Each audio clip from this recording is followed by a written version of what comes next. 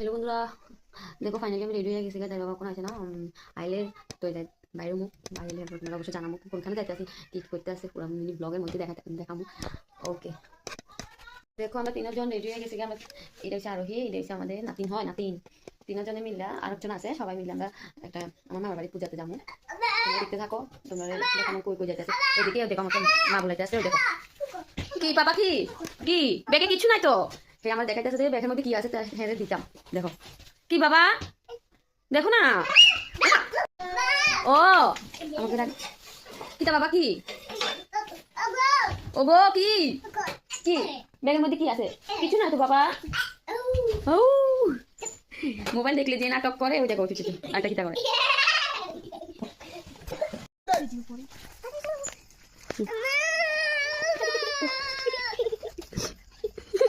Tata মা।